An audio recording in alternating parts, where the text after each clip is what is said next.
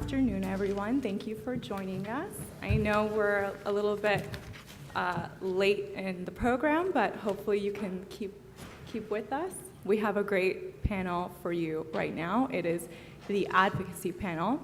We have the main Iranian-American organizations here with us, and I think this is unprecedented because I don't think we ever had this organization like we have today.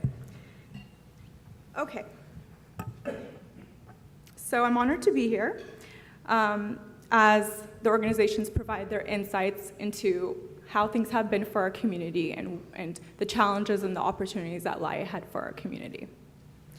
This panel covers some of the most important topics due to the current climate, with politicians engaging in Iranophobic rhetoric or supporting policies that disproportionately and adversely affect Iranian Americans. I'm going to be doing introductions of the leaders of the organizations. We have Jamal Abdi. Jamal Abdi. You're right, Jamal.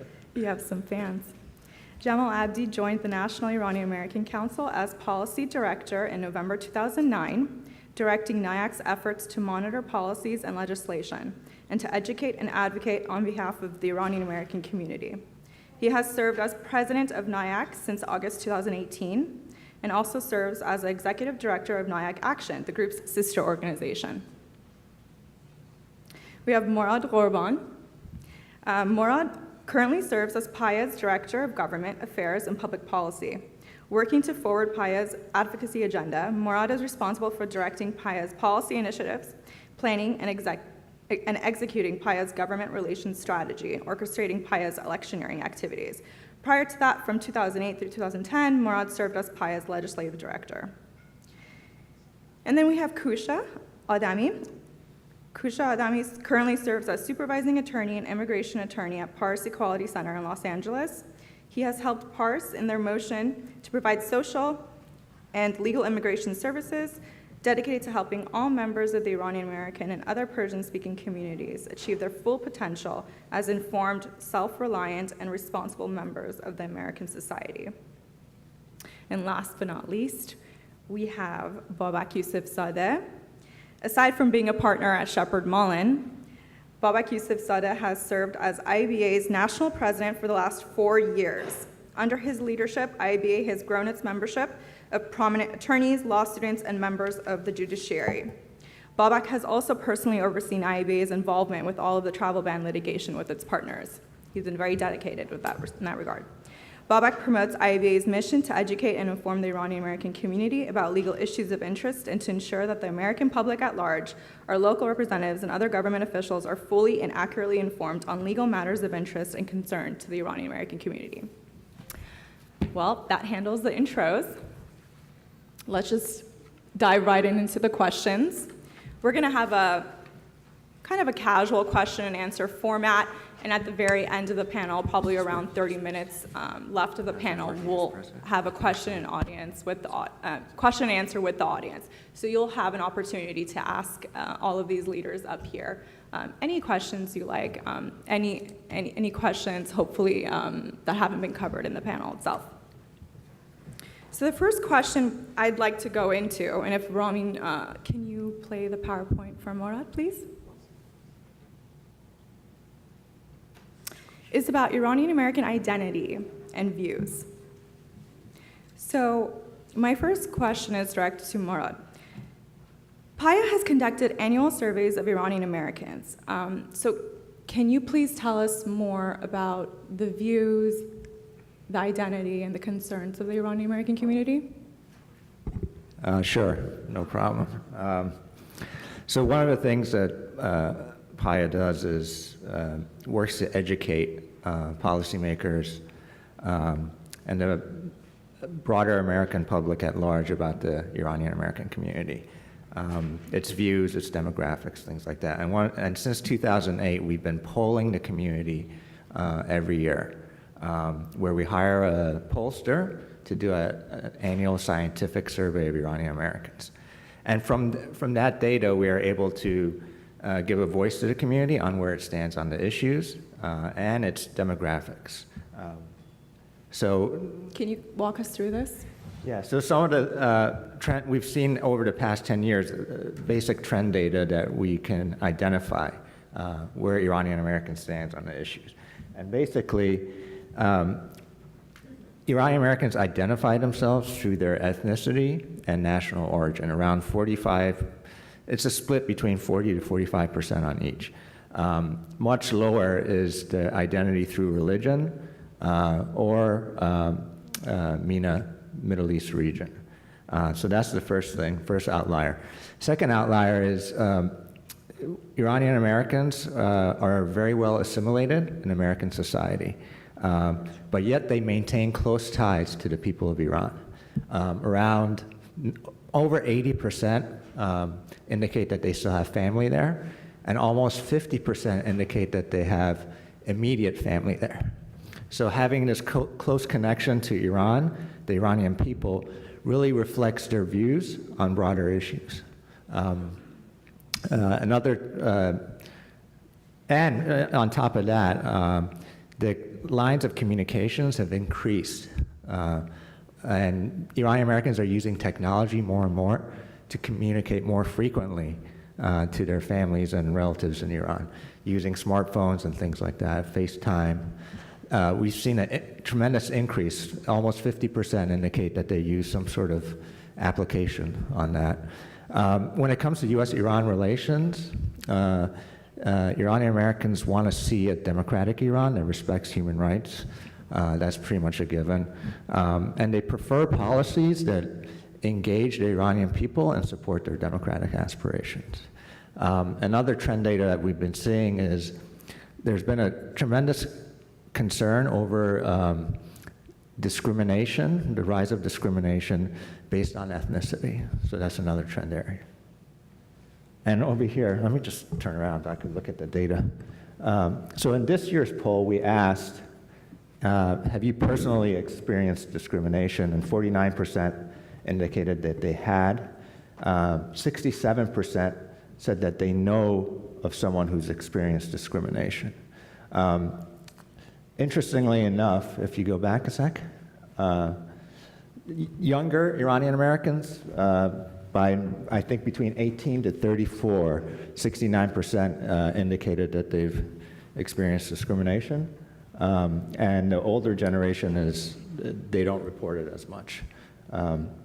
And also, interestingly enough, Iranian Americans that are Christian reported the highest form of discrimination. I think it's 69%, while Iranian Americans that identify themselves as Muslim, 34% reported discrimination.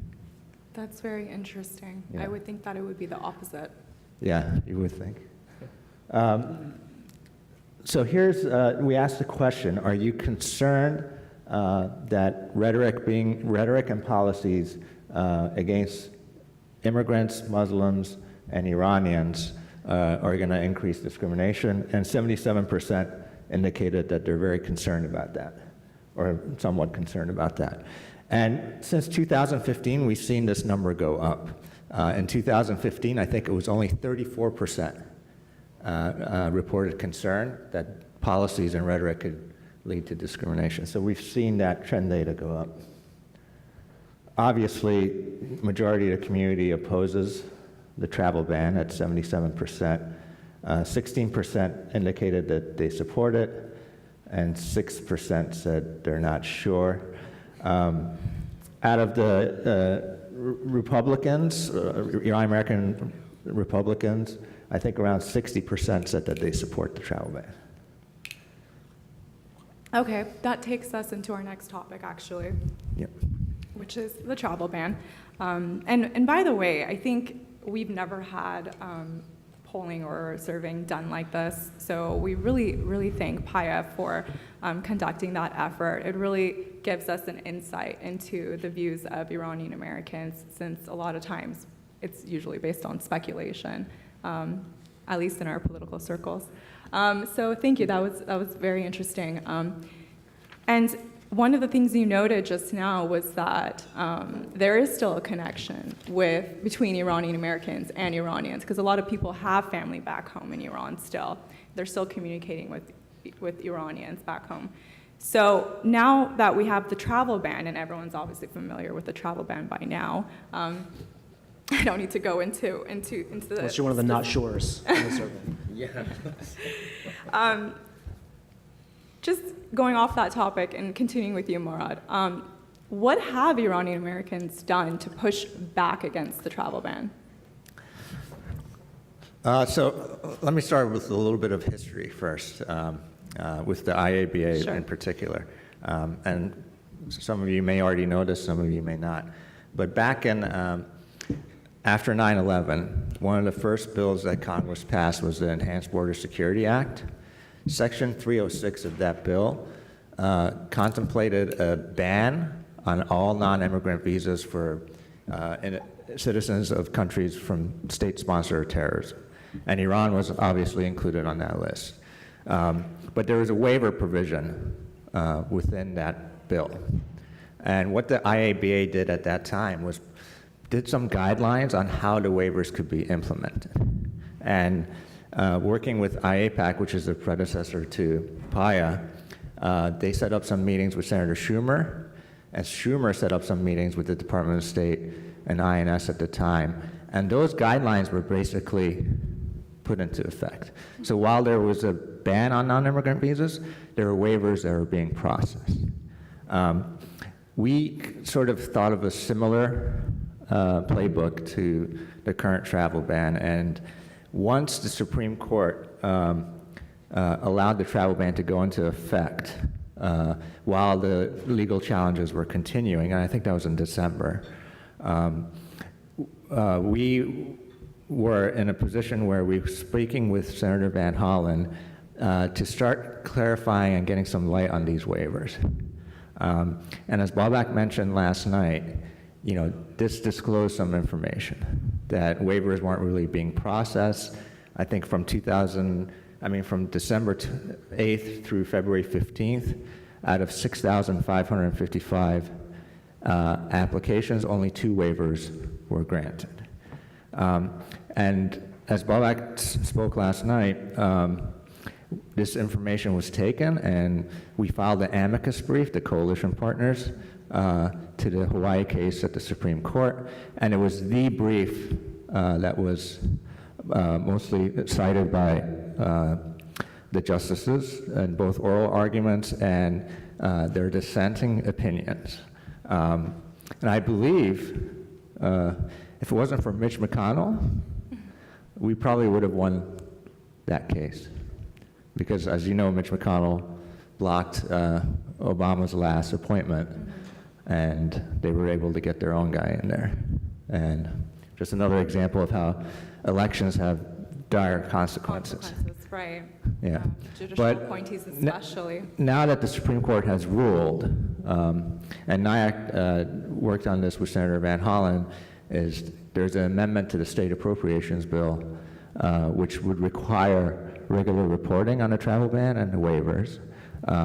And all organizations were in a room with Leader Pelosi back in August, and we all emphasized that this provision within the state appropriations bill needs to pass. And we got her commitment that she will do whatever it takes to keep that amendment in the final passage of the bill. So that's one thing moving forward. And then obviously there's continued lawsuits that are happening, and I'll let IABA discuss that. But also engagement with the State Department and the administration on this issue.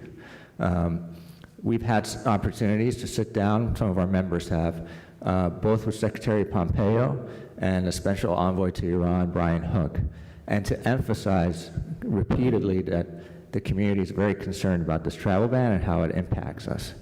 And I want to say from the responses that we've seen from State Department, they recognize that this is a problem, in particular to their approach of trying to engage the Iranian people and supporting their democratic aspirations.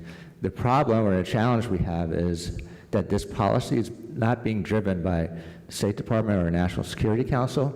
It's being driven by elements in the White House, mostly Stephen Miller, that are anti-immigrant, and I think it's part of the broader anti-immigrant policies that they have. And discussing more about the political narrative here, NIAC has been on the forefront of that as well. They're one of the leading organizations for the Iranian-American community, especially in Washington, D.C., so we appreciate their voice in that regard. And I'd like to hear more from Jamal regarding NIAC's efforts in rolling back the travel ban. Sure. So are we calling it travel ban or the Muslim ban? Both are acceptable. And it's the same thing, really. So this is not a decision made by the Trump administration based on policy. It's a political decision. The ban was discussed on the campaign trail. Donald Trump released a press statement, which he read in front of cameras, saying that his goal was to bar all entry of Muslims into the United States. Now, little did he know his ban would eventually bar Iranians who often don't identify as Muslims, so, there's another Donald Trump, inconsistency. But I always view this as a political issue. When the ban was put into place, there was immediately, January 27th, 2017, and you had the airport protests, and you immediately had legislation introduced in both chambers of Congress that would repeal the ban. Every single Democrat signed on to that bill, and not a single Republican signed on to it. Now, behind closed doors, I'm sure we've had meetings with many Republican lawmakers who say, yeah, we oppose that policy. We think that it doesn't make any sense. There's no national security reason behind it. It's bigoted. And then when the question is, okay, well, will you support the legislation to repeal it? It's, well, no, we can't do that because this is about politics. It's not about policy. And so when that went into place, our immediate reaction was, okay, there needs to be a political solution to this. And we supported the litigation and we were involved in some efforts. But ultimately what my view and sort of what at least NIAC Action's view was, is that this needed to be something that our leaders were held to account politically for failing to stand up against. So what we did, one component of it, we had the sort of legislative path. We were lobbying for those pieces of legislation. Each successive ban that came out, there was new legislation. And as Morad talked about, we now have legislation that actually managed to clear the Appropriations Committee in the Senate and could become law by the end of this year, depending on how the appropriations process works out in the lame duck session. That would require the Trump administration to turn over information, and really with the aim of getting to the bottom of how this ban is being implemented. The fact that, as in Breyer's dissent, it lays out how this waiver process is a total sham. Nobody knows how it actually works. You have consular officers actually saying, we're instructed to block people from receiving these waivers by all means necessary, and then if they're able to make it through the list of questions and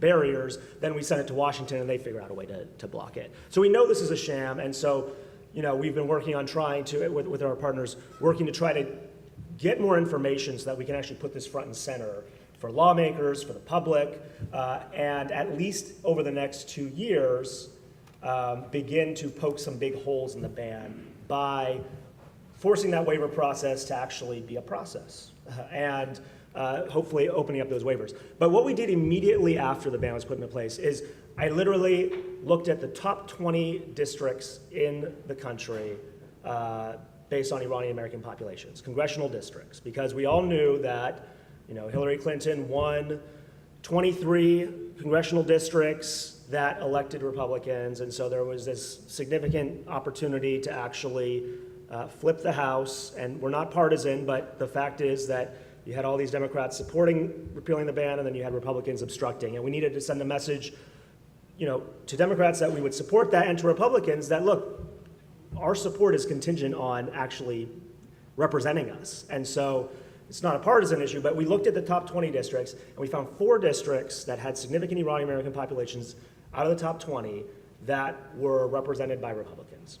And so we met with those Republicans. We asked them, will you will you repeal the ban? Will you support the legislation? Oh yeah, we're with you in spirit, thoughts and prayers, whatever, but they wouldn't do it. And so we decided, okay, so we are going to target those 4 congressional Republicans and make sure that Iranian-Americans turn out, fundraise for their opponents, register to vote, mobilize, and that these 4 representatives lose their election in 2018. And long story short, Ed Royce, Darrell Issa, Barbara Comstock, and Mimi Walters are all no longer members of Congress.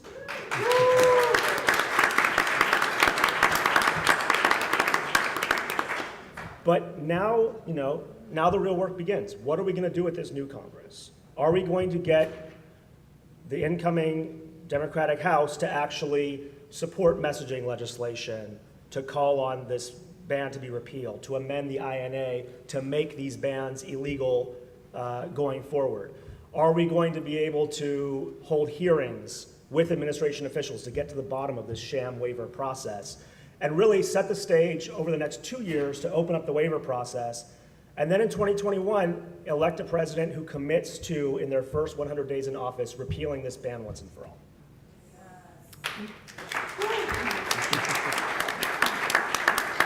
Thank you for your efforts. And oftentimes, political efforts are intertwined with legal efforts. And I know most of you in here are attorneys.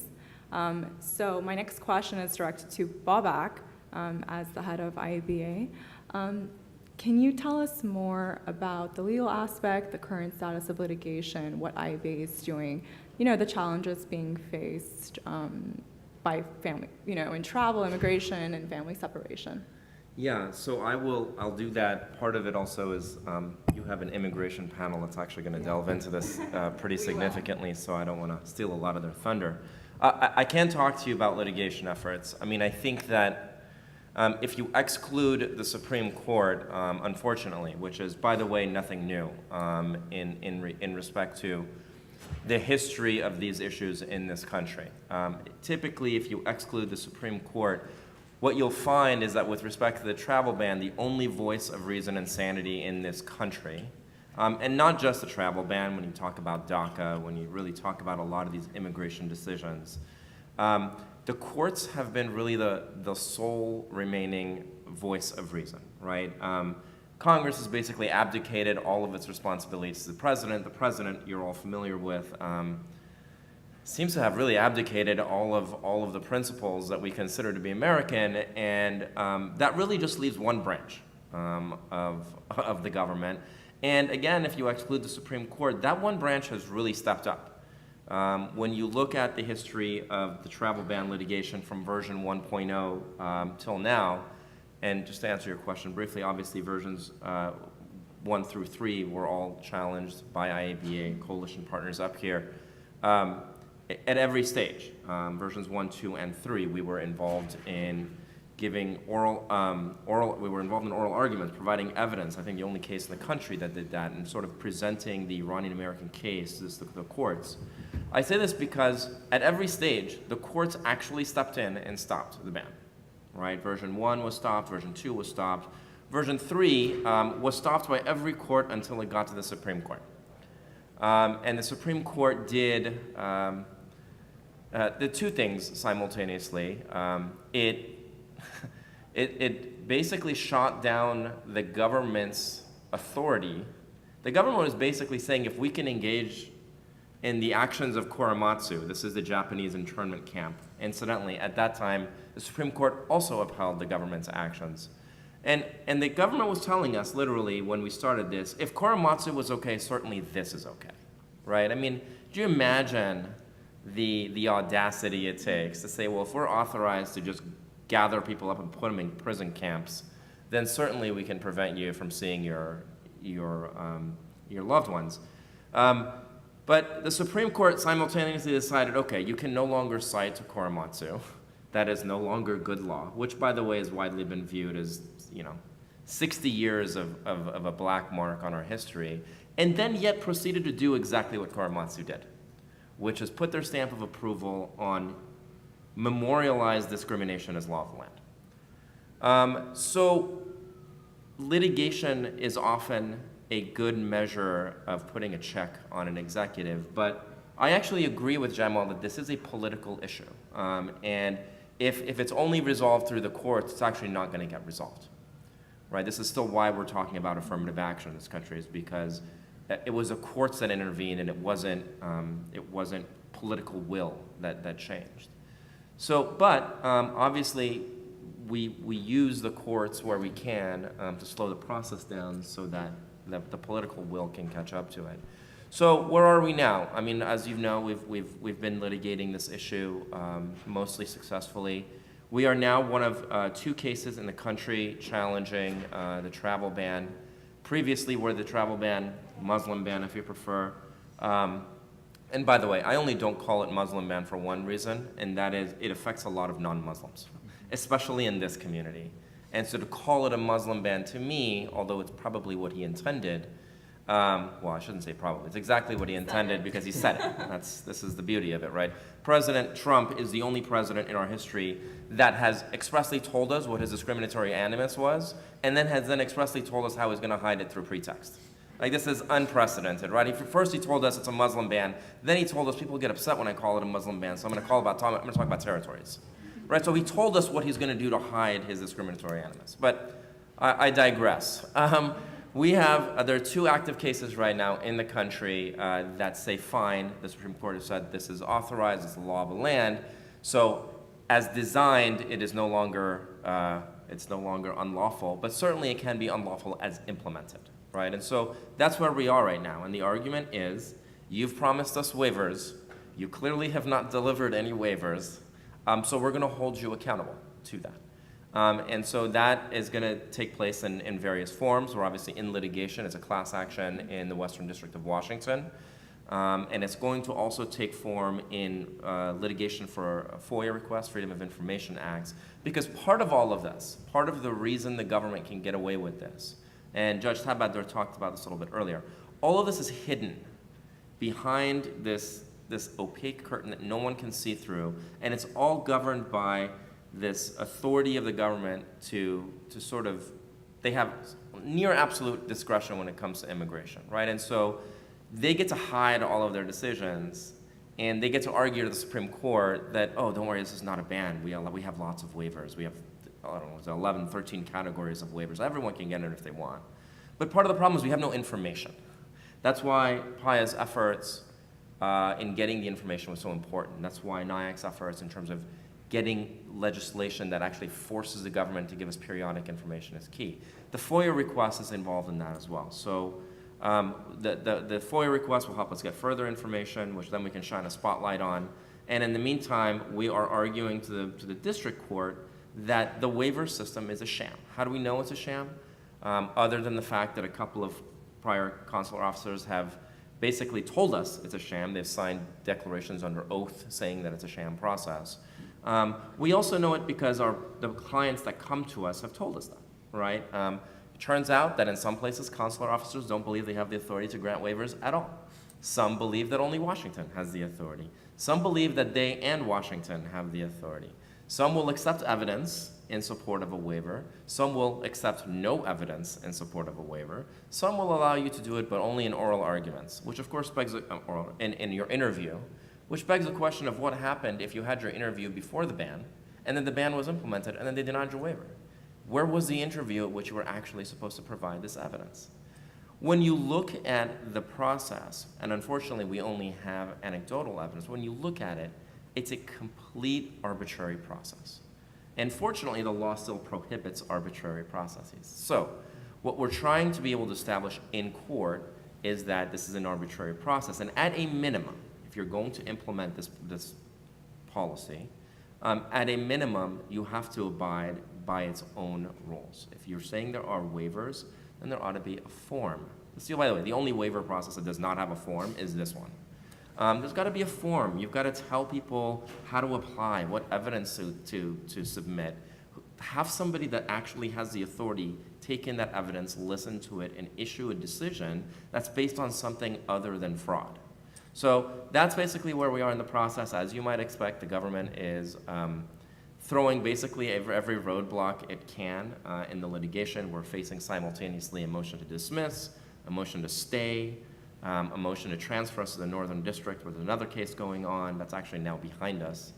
And so as with all litigation, we have to get past this original stage of motion practice, but thereafter we actually get to dig in, and I think that's where they're going to be quite concerned, which is why they don't want us there. Thank you so much. Just highlights the importance of attorneys and their role in fighting against the travel ban. But you're right, it is also a political effort, and we can go into that later on. And I don't want to go too much into the travel ban any further, only because we have a travel ban / immigration panel later on. But I just wanted to ask Kousha, I know that the majority of clients that PAAIA has, especially in LA, I believe, are Iranian-Americans. What have you guys been seeing? Are you guys doing workshops to help Iranian-Americans? What's going on there? Yes. So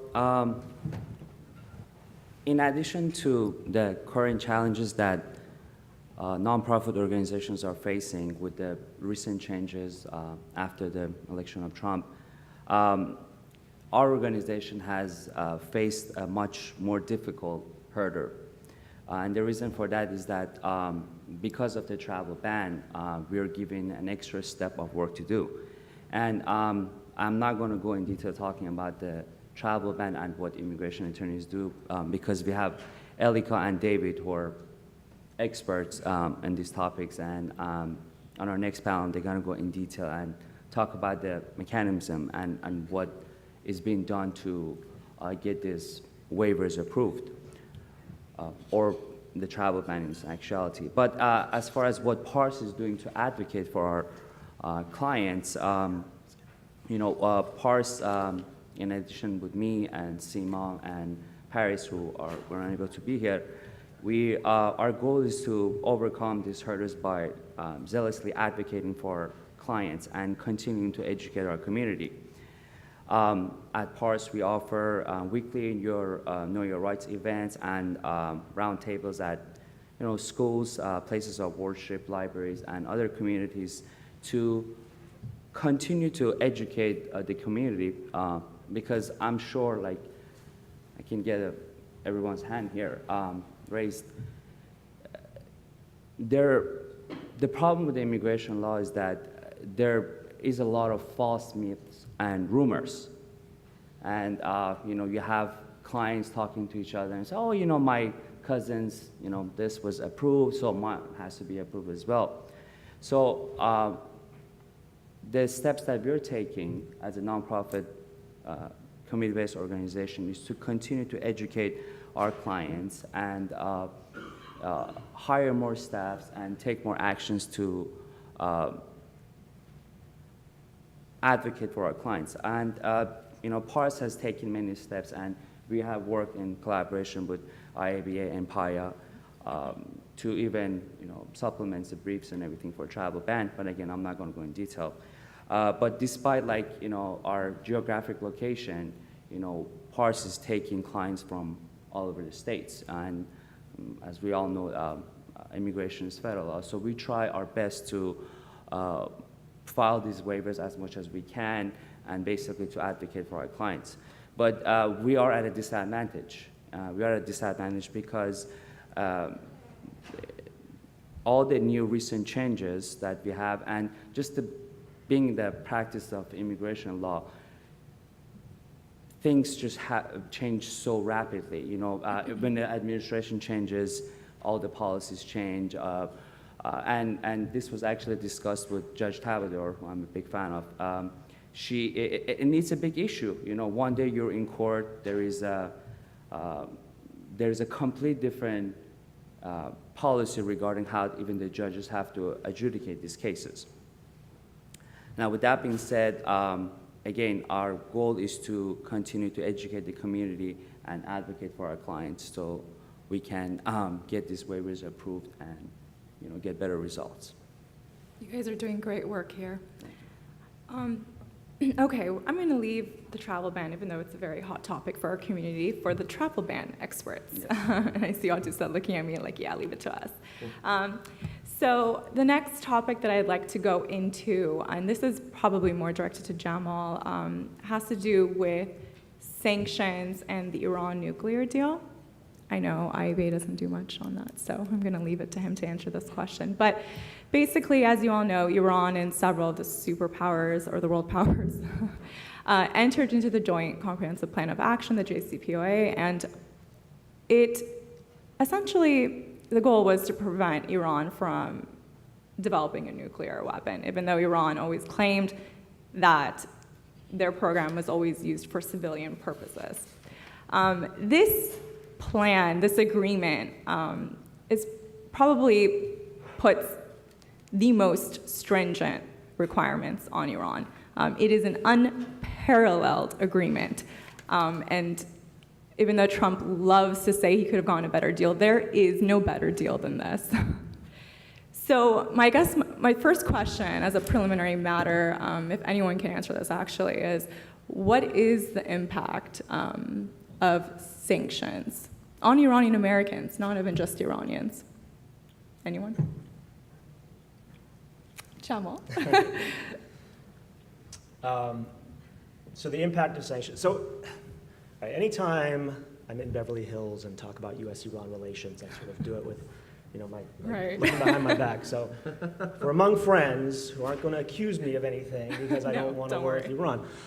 Look, I think our community is, if you drew a Venn diagram of the political issues impacting our community and the reason that we have this ban, we have sanctions, which, to answer your question, we have, I think people in this room might know this, firsthand better than I do, but, we have people who are having their bank accounts closed because the bank is unable to verify whether they, and in some cases U.S. citizens, unable to verify, okay, are you ordinarily resident in the United States? Have you been traveling to Iran? Maybe we operated your account while you were in Iran, so we're just going to shut down your account. I've talked to people who were in the middle of, making an offer on a house when they had their account closed and things like that. We of course know, and if Eric Ferrari is in the room, I'm not going to talk about this stuff because he's going to fact check me and he knows this. Yeah, we have a sanctions panel later for you. But for our community, the reason that we have these, I think we're uniquely targeted. Because if you drew a Venn diagram of the issues that are impacting communities like ours, we're right in the center of it. We've got xenophobia and sort of the anti-immigrant movement that we're seeing right now. We have Islamophobia, which, I heard from plenty of Iranian-Americans who said, yeah, it's a shame that Donald Trump wants to impose a Muslim ban. Thank God we're not Muslim. And then, lo and behold, he's not actually taking receipts on your religion. And then the third circle here is U.S.-Iran relations. And, when I took the reins at NIAC, I talked really openly about, maybe we need to do more to be more inclusive of different views on U.S.-Iran relations, which I think we do need to be able to have a discourse about this and to be able to talk and disagree about some of these issues without disagreeing and then going to our corners and destroying each other on social media or whatever. Like actually have a forum. But as I pursue that, it dawned on me all these issues that we're dealing with, they are focused. Their root is the United States and Iran's animus towards one another. You look at HR 158, which Ali talked about. HR 158 removed dual nationals from the visa waiver program. So I was at the Beverly Center and ran into a member of ours randomly who talked to me about how her sister couldn't come to this country. They thought it was because of the ban, even though she's a UK citizen, and it turns out, oh no, it's because of HR 158, which happened under Obama.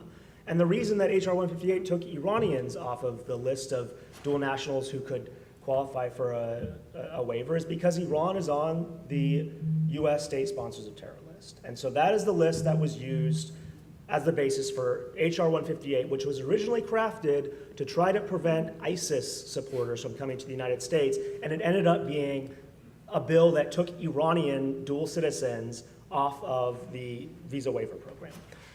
You look at these sanctions, you look at the Muslim ban, all of these have its heart in this disagreement. And so, I think that over the years I've heard people say, NIAC should focus more on domestic issues and things like that. there's no way to resolve these problems if we don't resolve the root of this problem. Maybe you have a view that we need to do it through forming transitional governments and regime change from abroad. Maybe you think that the path is dialogue and supporting space inside of Iran for civil society. Maybe you have a different view. But I think we all need to agree that this is the central issue that uniquely impacts our community. And so it is really important for us to be able to have a dialogue on it and be able to have a voice on this issue because so many others do have a voice on it. And God love him, Mohammed bin Salman, Benjamin Netanyahu, Donald Trump don't give a damn about the Iranian people. They don't give a damn about Iranian-Americans, so we should be the ones that have a voice on this issue. Yes, we need to be the voices of our own community. I agree with that. And following up on that answer, so as everyone knows, Trump has pulled out of the Iran deal, and they've reimposed sanctions. So do you see any positive future from this? Can we salvage it? So we are working to try to salvage it. I don't know if it's possible, but we're doing everything we can. You know, I think there are some who think that Donald Trump does want a deal. He just wants a bigger deal. He just wants to put the Trump logo on the JCPOA and he'll call it a day. Maybe that's the case, and you know, we'll hold out hope. But in the meantime, you know, with this incoming Congress, which now has a majority of lawmakers who support the JCPOA, and which again is one of these things where even our friends on the Republican side of the aisle, behind closed doors, think that it was a mistake for Donald Trump to leave that agreement. So we are, really it's a 2020 plan. So it's, in the interim, get lawmakers to introduce legislation or commit publicly that the United States will return to the JCPOA in the hopes that this provides some political space across the Atlantic for the deal to continue, and for, you know, on the Iranian side, for them to continue to work with the Europeans so that this deal can limp along and it doesn't fall apart, and then give Donald Trump the opening to do who knows what.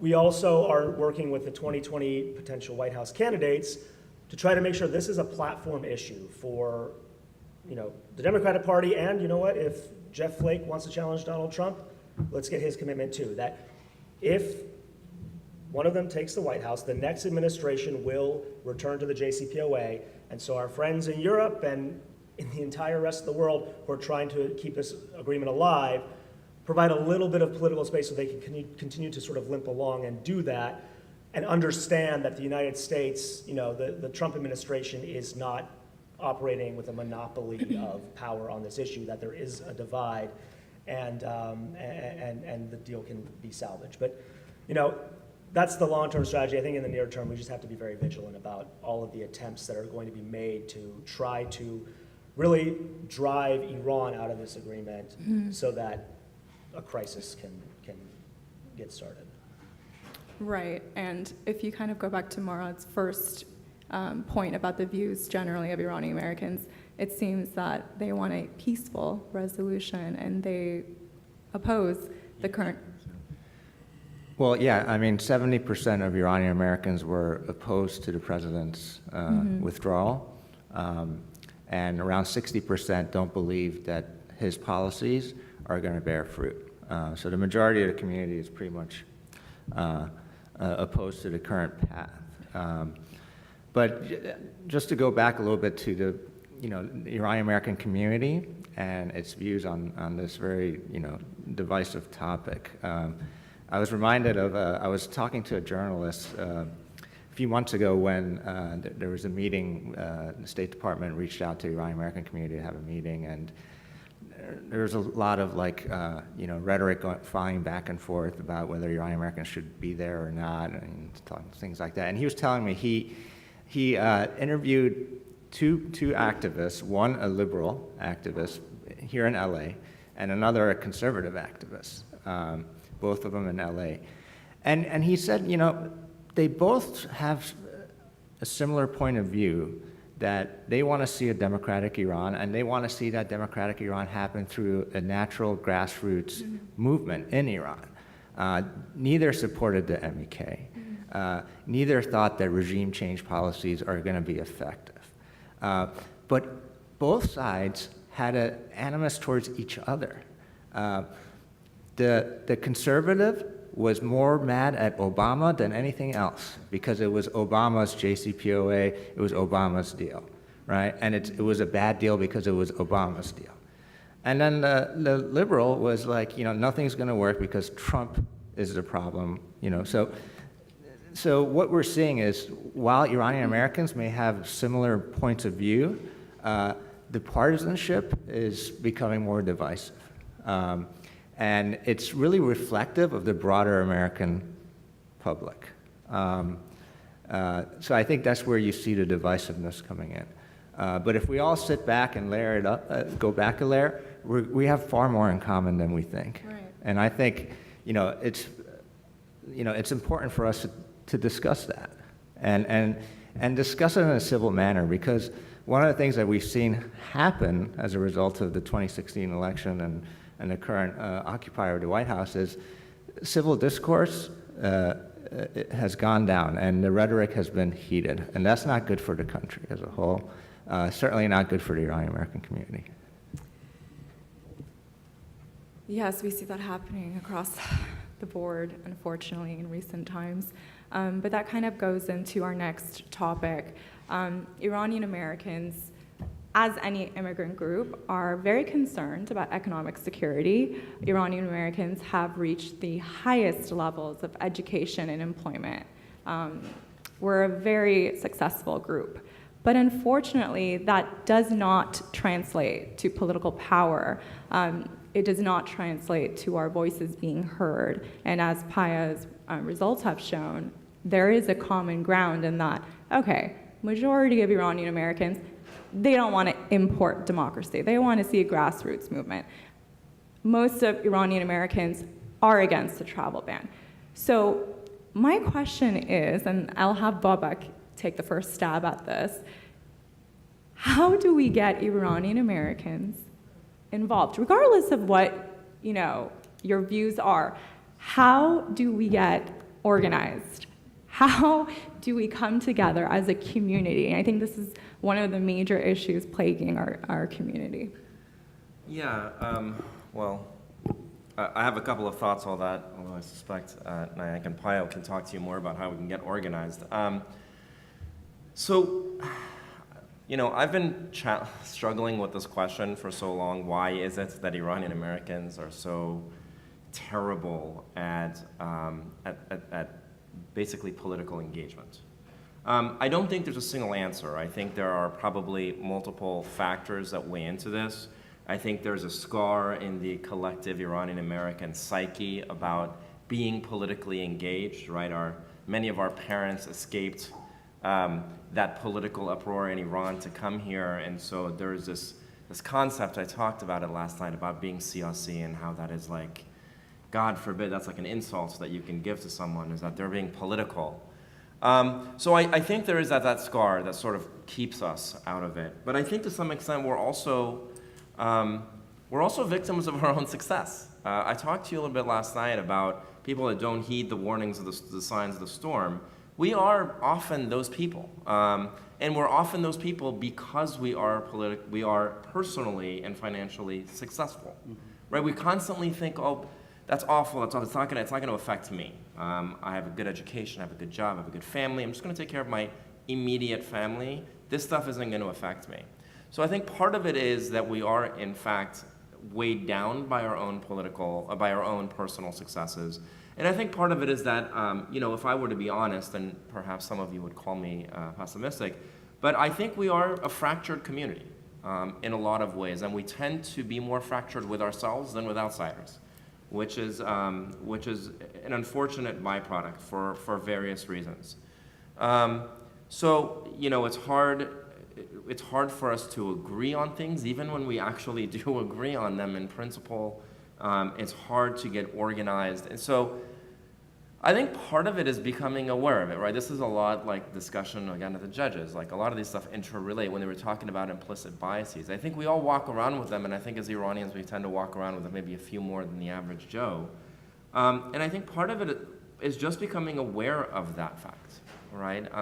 Becoming aware of the fact that these problems exist. We are indeed not well organized. We are indeed more likely to pass on something because it will not affect us personally.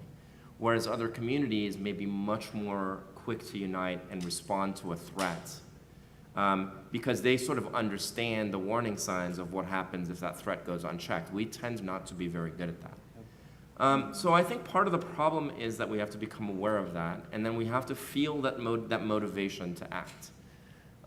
For me, you know, as a lawyer, and what I've hoped to try to inspire with others, part of it is like, as a lawyer, we have to take responsibility. There is, you know, the great Spider-Man quote, right? With great power comes great responsibility. If you don't mind my nerding out on you for a second.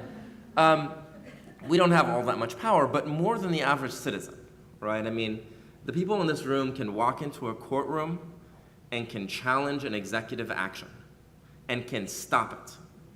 That's power most people in this country do not have. And the thing is, we tend to use it, by and large, to become successful and to become a partner at a big law firm and all the prestige and money that goes along with that. And that's fine. You should absolutely do that, or you should start your own business, or you should do whatever else drives you. But you should also understand that there is something else that you should do and you can give back. As an attorney, there are many, many tools. But another thing that we absolutely have to be aware of is that we need coalitions, internal and external.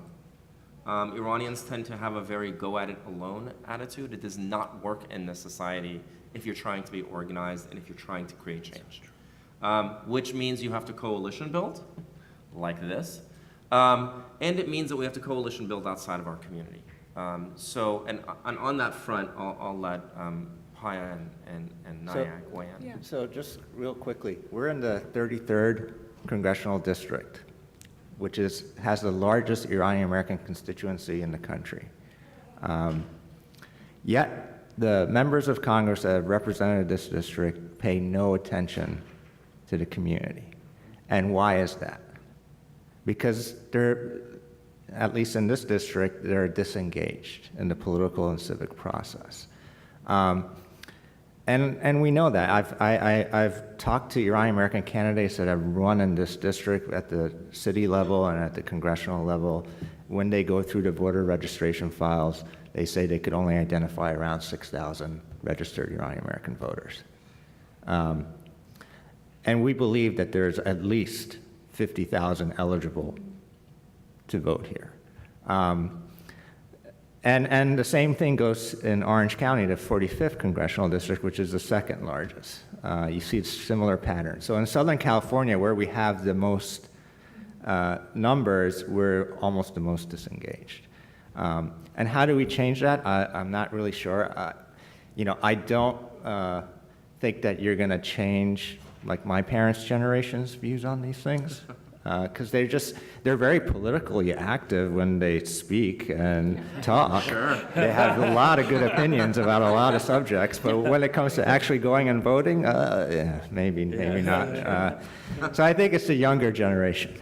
One of the things that we do is we try to engage the younger generation of Iranian-Americans to get involved in public service through various internship and fellowship programs. And we try to place them on Capitol Hill or working with the executive department so they get to firsthand experience of the legislative and government functions, with the hope that one of them will serve maybe as a chief of staff or legislative director one day.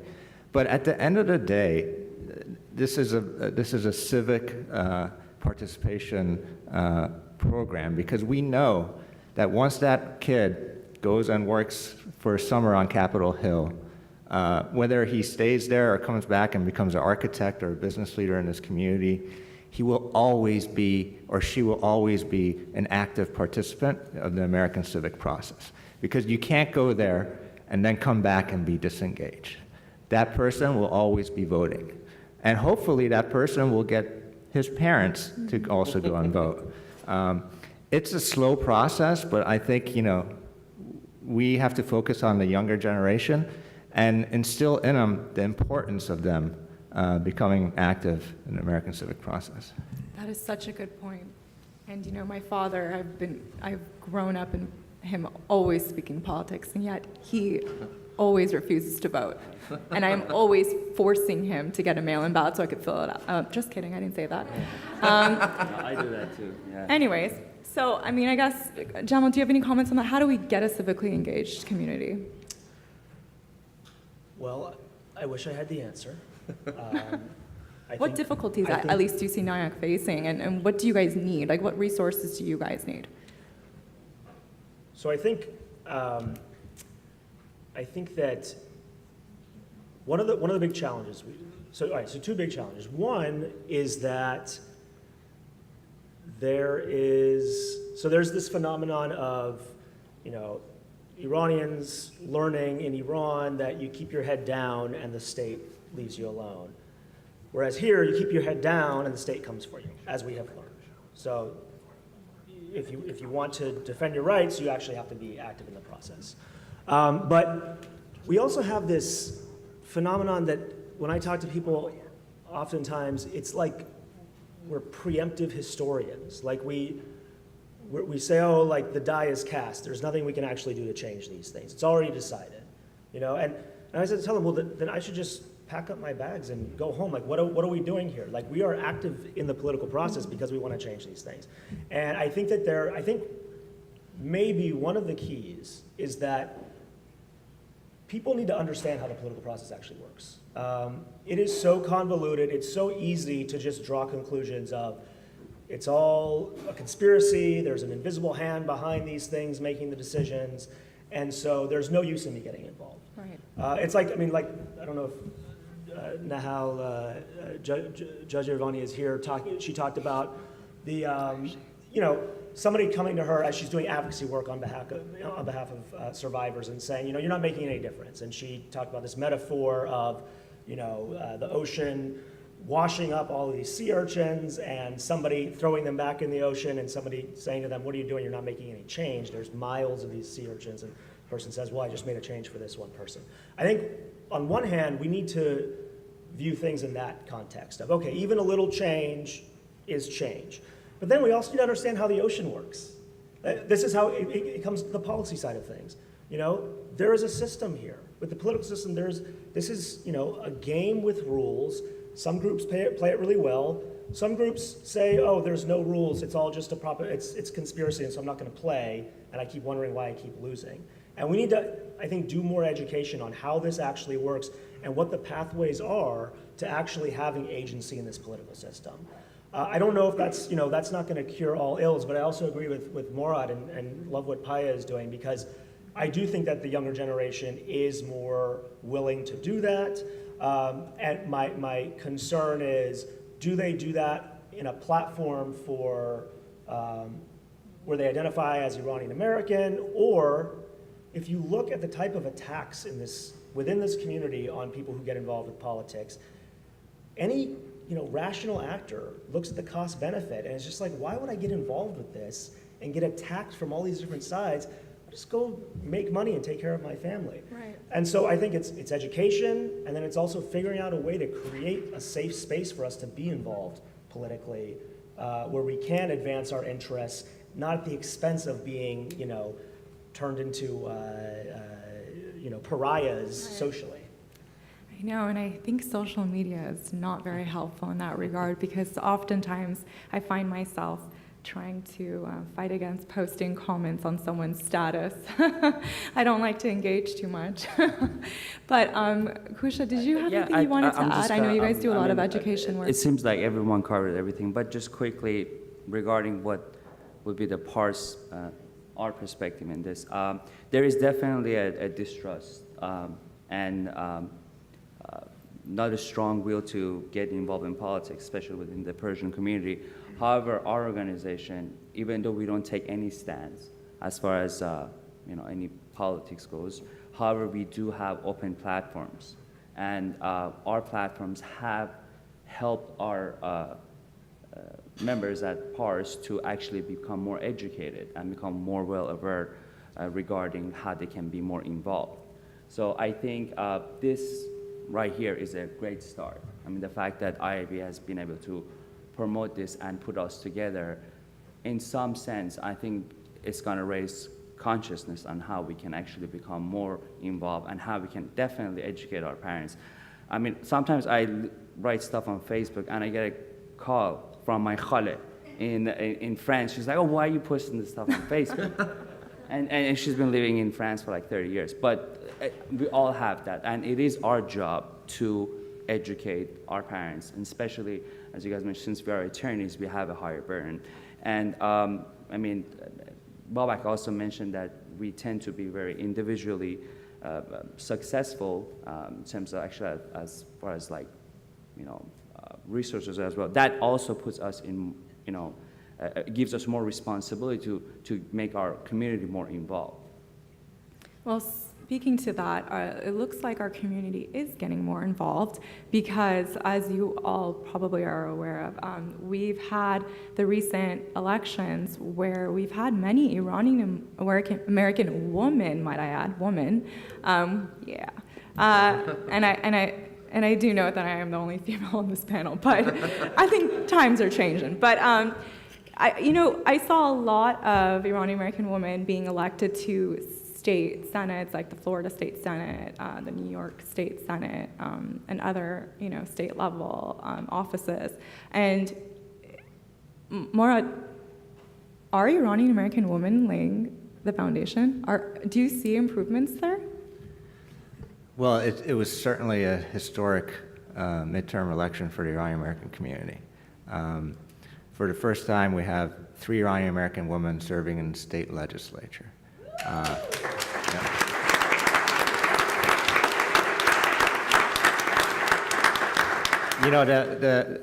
One of the national headlines over this election was that 2 Muslim American women were elected to Congress. One was a Palestinian from Michigan, another was a Somali from Minnesota. The thing that you don't often hear about or read about is that they served as state legislators before running for Congress. I believe we will soon have, most likely, Iranian-American women serving in the United States Congress.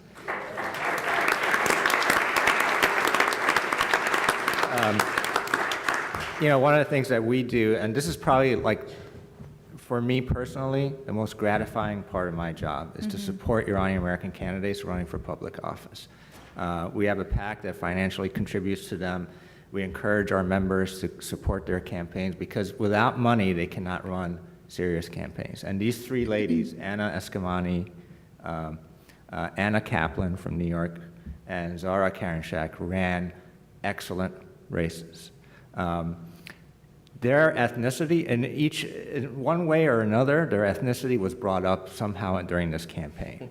Whether it was Eskamani having some push-pull about her being supportive of the Iranian regime, Zara Karenshak's opponent was running ads, basically saying that he's the only true local and trusted candidate, right? Implying that you can't trust her because of her name.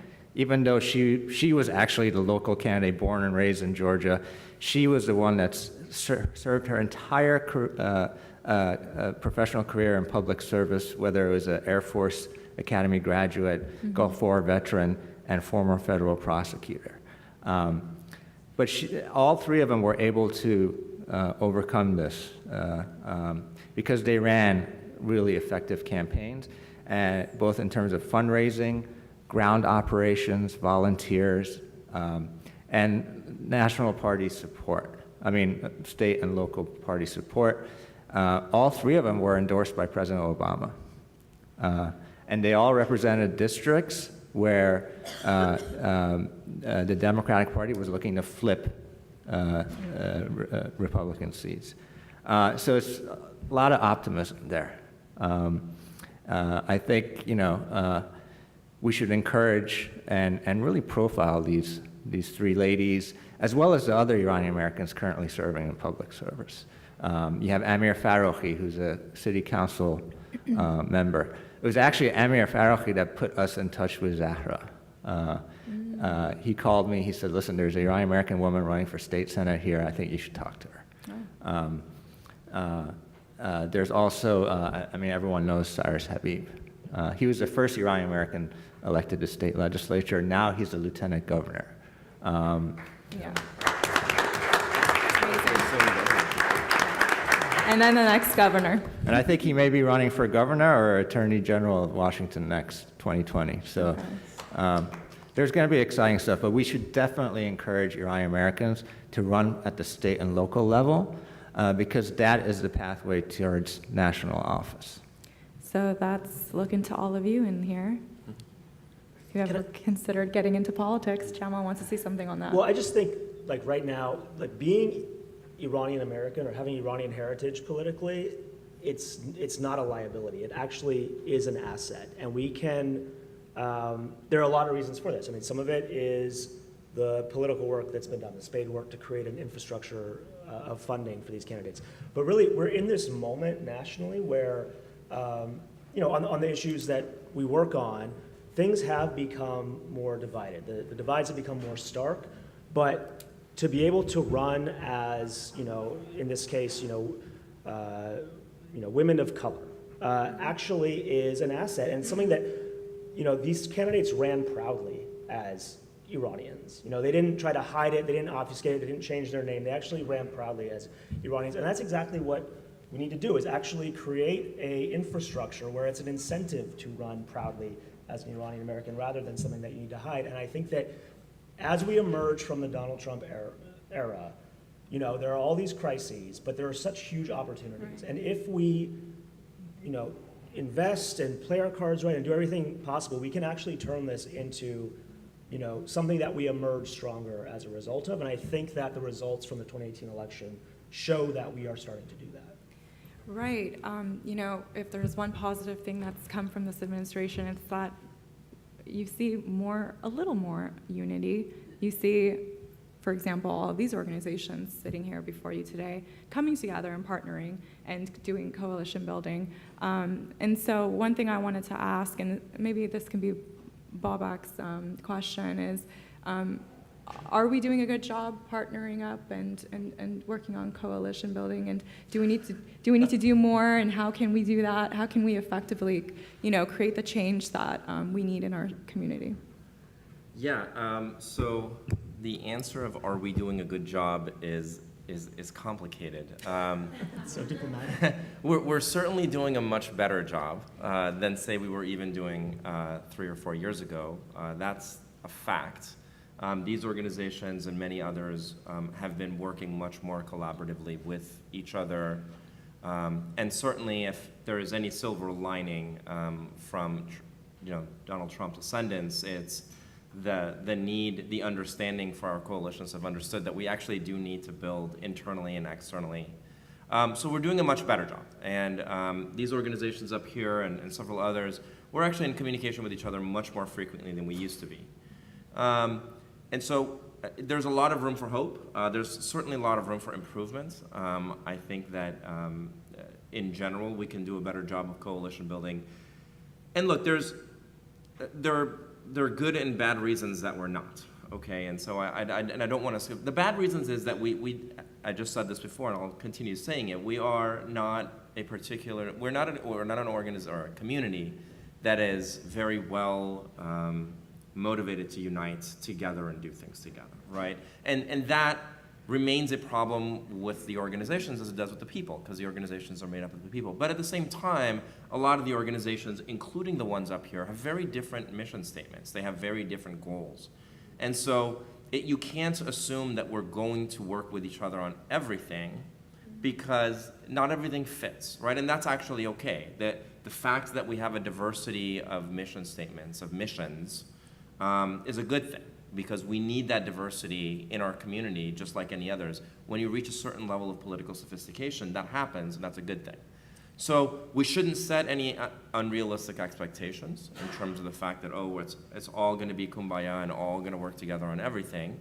But we certainly can work together on certain shared issues that we all agree on. And if it's not even the issues, it's certain processes that we can all agree can work. Like PARS is not particularly political. It's actually not political at all, right? But one of the things it does is help educate people on how they can get involved in politics.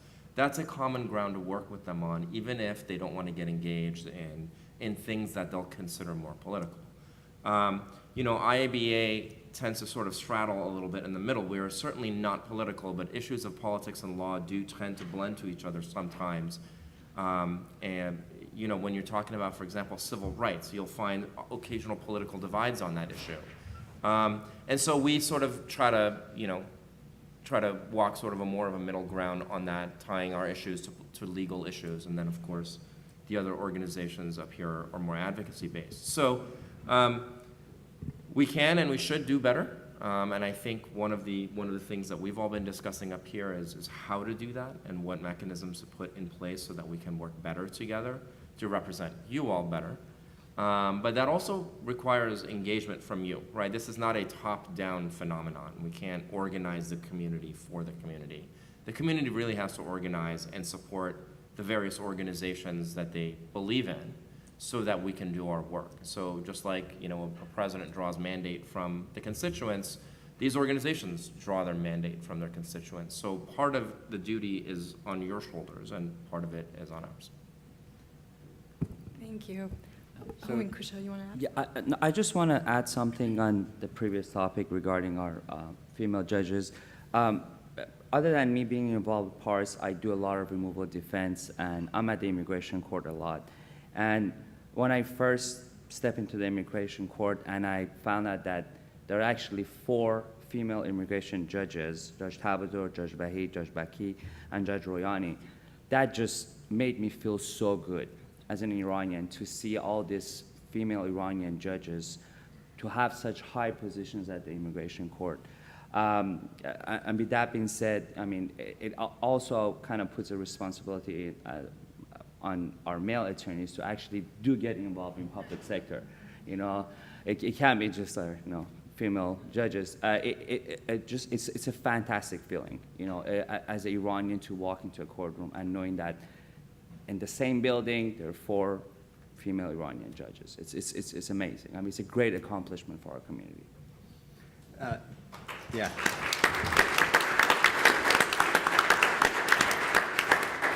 I just wanted to quickly weigh in on some of the stuff that Babak was saying, and this is in particular in regards to NIAC and PAAIA. And Jamal and I have had these conversations before. By many perspectives of our community members, they view NIAC and PAAIA as rivals. Let's just, yeah.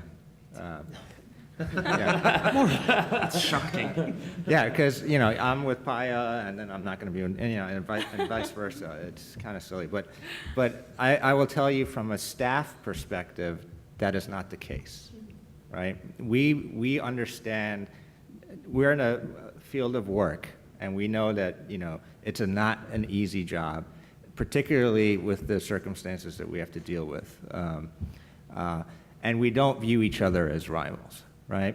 We have different strategies and different sort of tactics, and that's okay. And when we can cooperate and we should cooperate together, we will. It doesn't mean that we're going to sign on to everything that NIAC puts a petition on, or NIAC is going to sign on to anything that we do, because we have to keep in mind the different strategies. But it doesn't mean that we're against that. Right? We're trying to achieve the similar goals. And I would say, the only ones that, we should be rivals with are, organizations like the MEK. Mm-hmm. They have a strong presence on Capitol Hill. And that's fine. They could advocate too. They have that right in this country. But don't advocate as a representative of the Iranian-American community, because you're not. Right. When you have, politicians listening to MEK, you just realize the importance of having a true Iranian-American voice in these elected positions. So it's very important for people like you to start running for office. But I think we're done with the panel today because we kind of went over. But I did want to open the floor for maybe 1 or 2 questions from the audience. So if anyone has my brother has a question. I think he's the only one. Do we have another? Okay. Here, Yeah. Question and a statement. Okay. The statement, say it. don't listen to your parents. In Obama's office, when they invited the Iranian community, they listened to their parents. So they choose the ones that their parents like it. So I call it Iranian cultural mafia. Then it comes to the Pompeo, same people. So what it happens, they ask their family, who do you think that we have to invite? And they invite those people. So don't listen to your parents. Second thing, you guys mentioned Iranian-American, Iranian-American.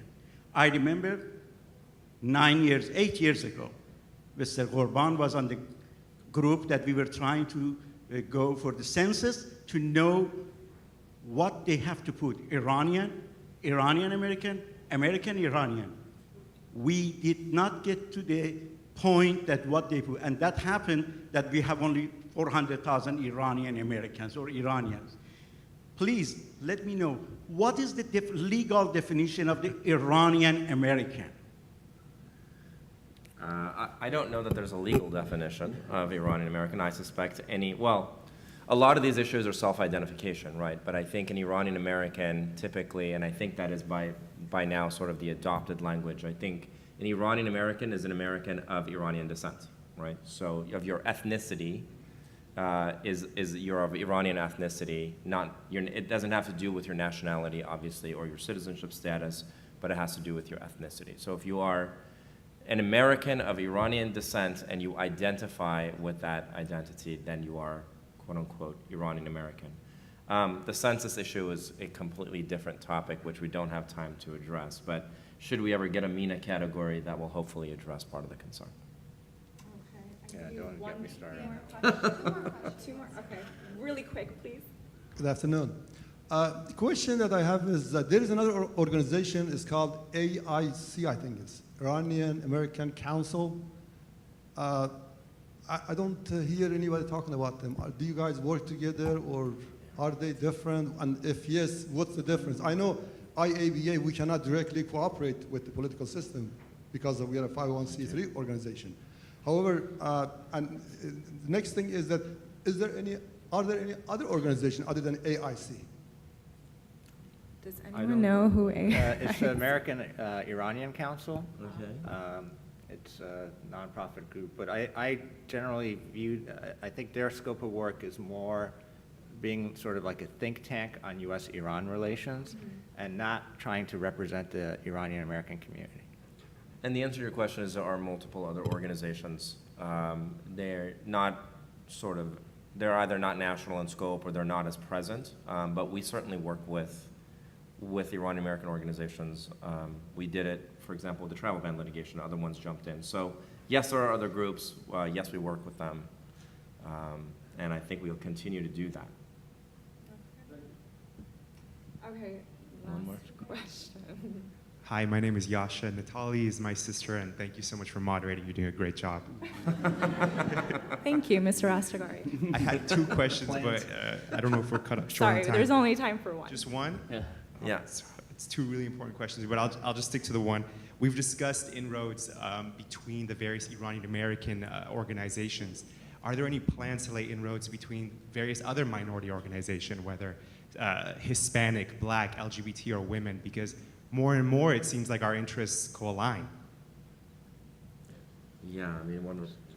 I mean, this happens. I mean, I know that, for PAAIA and NIAC working in Washington, there are a lot of coalitions that exist. So when we were working on the JCPOA, on the nuclear deal, we were working with J Street and Arab American Institute and, Arms Control Association and Plowshares, and, all of this work does get done through coalitions. On the ban, we work with, Latino Voter Fund.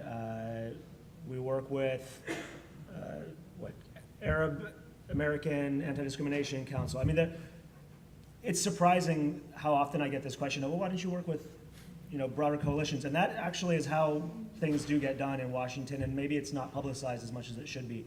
But I do think that this really speaks to, I think, when we talk about the younger generation and engaging them, there's so much more interest in intersectional work. And I think politics is viewed much less transactionally.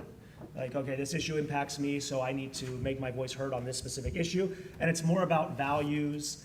And when we're countering the ban, we're not just talking about countering it for our own narrow interests, but it's a certain value set that we believe in for this country, and it's the other communities that get impacted by this. I know like PAAIA had people at the border during the family separation issue working on that. That's not something that directly impacts our community, but it is a value that impacts our community. And so, I think that, so these coalitions exist, they're growing, they're building, and it's essential in order to have political power. Political power is organized people and organized money. So it's about organizing our community, it's about organizing our organizations, and then it's organizing like-minded communities and organizations to be able to have political power. Right. Thank you so much. And if you have any questions after the panel, maybe you can approach one of our panelists and ask your question. I'm sorry we ran out of time. I wanted it to be longer, but there was just so many good things to say. This was a very important and much needed discussion, so I thank each